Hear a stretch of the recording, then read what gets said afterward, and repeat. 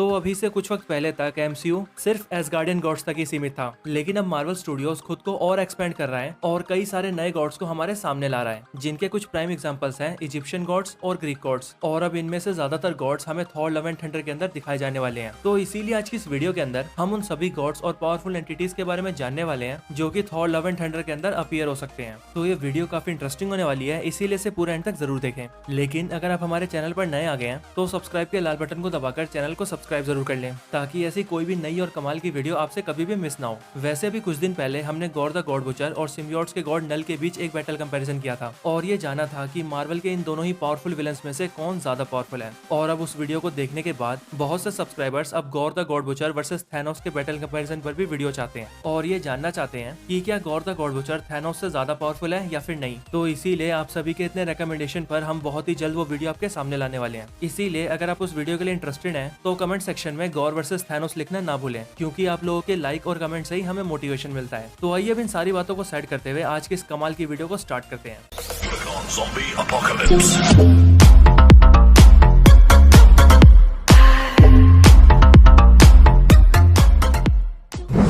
Number 10, Osiris, Egyptian God of underworld. तो Osiris Egyptian mythology के according God of fertility, agriculture, after life, death, resurrection और God of life है। और Osiris को अर्थ God का पहला सन माना जाता है। और बात करें एमसीयू की, तो एमसीयू के अंदर भी ओसिरिस एक इजिप्शियन गॉड है, जो कि एमसीयू में दिखा था मून नाइट सीरीज के 3rd और 6th एपिसोड के अंदर। और वैसे तो वहाँ पर ये गॉड अपने अवतार के फॉर्म में दिखा था, लेकिन अब शायद थॉर लव एंड थंडर के अंदर हमें इस इजिप्शियन गॉड का ट्रू फॉर्म नजर आ सकता है। और थॉर लव एंड थंडर के ट्रेलर के अंदर जहाँ पर सभी गॉड्स मीटिंग कर रहे हैं, वहीं पर ही ओसिरिस के अपीयर होने के चांसेस भी सबसे ज्यादा हैं। Number 9, bast, panther goddess of Wakanda. तो बास्ट वकांडा की पैंथर गॉडेस है, जो कि हर्ट शेप हर्ब के थ्रू वकांडा के चैंपियन को अपनी पावर्स ग्रांट करती है और फिर वो चैंपियन ब्लैक पैंथर बनता है। इसीलिए बास्ट ब्लैक पैंथर की पावर्स का रियल सोर्स है। और हिस्टोरिकली बात करें तो बास्ट एक इजिप्शियन गॉड है, जो कि इजिप्शियन गॉड खोंशू की बहन भी है। लेकिन मार्वल के अंदर बास्ट को एक पैंथर गॉड पोर्ट्रे किया गया है, जो कि वकांडा की प्रोटेक्टर है। और बात करें बास्ट के अपीयरेंस की, तो ये अभी तक हमें सिर्फ ब्लैक पैंथर मूवी में ही दिखी है, वो भी सिर्फ एक छोटे से सीन में। लेकिन अब थॉर लव एंड थंडर के अंदर बास्ट फिर से अपीयर हो सकती है, क्योंकि थॉर लव एंड थंडर के ट्रेलर के इस सीन में जहां पर किंग वेलकरी और माइटी थॉर बैठे हैं, वहीं पर उनके नीचे जो लेडी नजर आ रही है उसे वकांडन गॉड बास्ट बताया जा रहा है। नंबर 8, फैलीगर्दा बेहेमोथ। तो थॉर लव एंड थंडर के ट्रेलर के अंदर हमने जिस बड़े से बीस्ट लाइक क्रीचर को देखा था, वो और कोई नहीं बल्कि फैलीगर्दा बेहेमोथ ही था। फैलीगर्दा बेहेमोथ मार्वल कॉमिक्स के अंदर गैलेक्टिक फ्रंटियर का पैट्रॉन गॉड है और टूर्नामेंट ऑफ इमोर्टल्स का चैंपियन भी है। इसके साथ ही ये अपने गॉड ऑफ थंडर थॉर का अच्छा दोस्त भी है। फैलीगर्दा बेहेमोथ एक बहुत ही पावरफुल गॉड है, लेकिन कॉमिक्स के अंदर गॉड द गॉड बुचर इसे भी मार देता है। और ये चीज गॉड के ट्रू पोटेंशियल को शो करती है कि गॉड कितना ज्यादा पावरफुल है। ये गॉड भी थॉर लव एंड थंडर के अंदर अपीयर होने वाला है, लेकिन ट्रेलर देखने के बाद ऐसा लगता है कि फैलीगर्दा बेहेमोथ हमें मूवी के अंदर मरने के बाद ही दिखाई देगा। नंबर 7, हेला। थॉर रैग्नारोक की मेन विलन हेला के बारे में हम सभी जानते हैं। हेला ओडिन की बेटी और थॉर की बहन है और एक एसगार्डियन गॉड होने की वजह से हेला बहुत ही ज्यादा स्ट्रॉन्ग और पावरफुल है। गॉडेस ऑफ डेथ हेला हमें आखिरी बार थॉर रैग्नारोक के अंदर दिखी थी, जहां पर उस मूवी के अंदर जब सर्टर एसगार्ड को डिस्ट्रॉय कर रहा था, तभी उसी दौरान वो हेला को भी खत्म कर देता है। लेकिन अब फैन थ्योरीज ये निकल कर आ रही है कि जब सर्टर ने हेला पर अटैक किया था, तब उससे पहले ही हेला खुद को टेलीपोर्ट कर लेती है और किसी दूर जगह चली जाती है। और जिस जगह पर वो पहुंचती है, वो जगह कहीं और नहीं बल्कि गॉर का प्लेनेट होता है। और अब एसगार्ड के डिस्ट्रॉय होने की वजह से हेला अपने सोर्स ऑफ पावर को खो चुकी है, इसीलिए वो काफी कमजोर पड़ जाती है, जिस वजह से वो गॉर को देखकर उससे मदद मांगती है। लेकिन जैसे ही गॉर को ये पता लगता है कि हेला असल में एक गॉड है, वैसे ही गॉर हेला के नेक्रोसोर्ड से उसी की जान ले लेता है और फिर उसके नेक्रोसोर्ड को लेकर सभी गॉड्स को मारने निकल जाता है। तो अब अगर ये फैन थ्योरी सच होती है, तो हमें थॉर लव एंड थंडर के अंदर हेला फिर से नजर आ सकती है। Number 6, Thor. तो ये बात तो हम सभी को पता ही है कि Thor love and thunder Thor की मूवी है, इसीलिए मूवी के अंदर थॉर तो अपीयर हो गई। लेकिन अब क्योंकि हम मूवी में दिखने वाले सारे गॉड्स की बात कर रहे हैं, इसीलिए यहाँ पर थॉर को मेंशन करना भी जरूरी है। थॉर नॉर्स माइथोलॉजी का एक एसगार्डियन गॉड है, जिसके पास थंडर की पावर्स है। God of thunder Thor Odin का बेटा है, एसगार्ड का फॉर्मर किंग है और सबसे स्ट्रॉन्गेस्ट एवेंजर्स में से भी एक है, या यूं कहें सबसे स्ट्रॉन्गेस्ट एवेंजर थॉर ही है। और बात करें मूवी की, तो थॉर लव एंड थंडर के अंदर थॉर अपने अब तक के सबसे बड़े विलन का सामना करने जा रहा है। इसीलिए अब देखना ये है कि Thor God the God butcher का सामना कैसे करता है और इसे कैसे हराता है।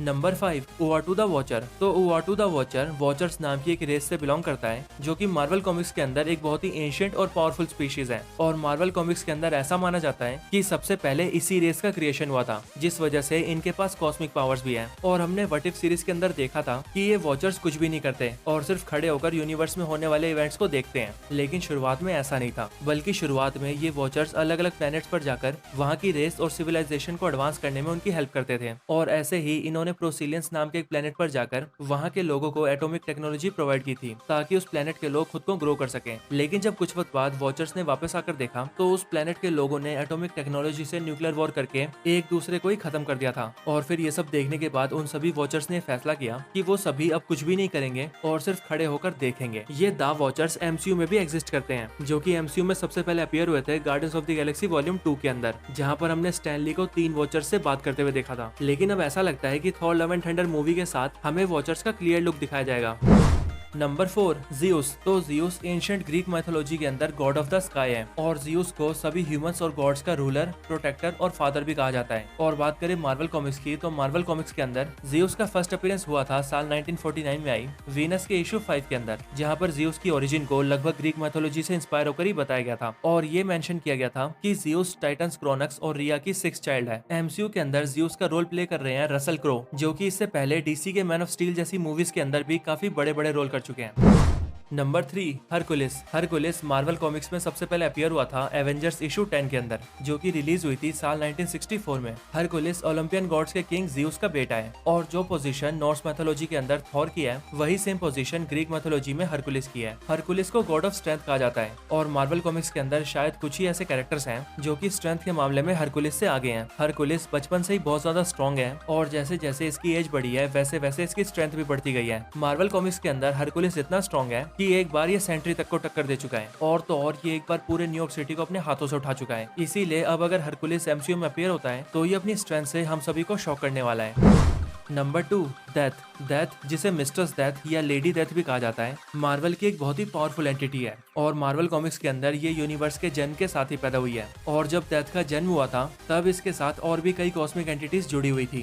डेथ का क्रिएशन इसीलिए हुआ था ताकि वो यूनिवर्स को बैलेंस रख सके। और वैसे तो डेथ की कोई फिजिकल फॉर्म नहीं है, लेकिन जब भी इसे किसी बीइंग के सामने अपीयर होकर उससे बात करनी होती है तब ये फीमेल ह्यूमन का फॉर्म ले लेती है। डेथ इतनी ज्यादा पावरफुल कैरेक्टर है कि वो किसी की बॉडी से उसके सोल को निकाल भी सकती है और किसी मरे हुए को जिंदा भी कर सकती है। और इसके अलावा डेथ को ना ही मारा जा सकता है और ना ही इसे किसी तरह खत्म किया जा सकता है। मार्वल कॉमिक्स के अंदर थैनोस और डेडपूल डेथ को इम्प्रेस कर चुके हैं, इसीलिए कॉमिक्स में एक वक्त पर ऐसा बताया गया है कि डेथ को इम्प्रेस करने की वजह से थैनोस और डेडपूल कभी मर नहीं सकते। और सिर्फ यही नहीं, बल्कि कॉमिक्स में थैनोस डेथ के प्यार में पागल हो जाता है, जिसके बाद सिर्फ उसे अपनी पावर्स को शो करने के लिए थैनोस इन्फिनिटी स्टोन्स को इकट्ठा करके आधे यूनिवर्स को मिटा देता है।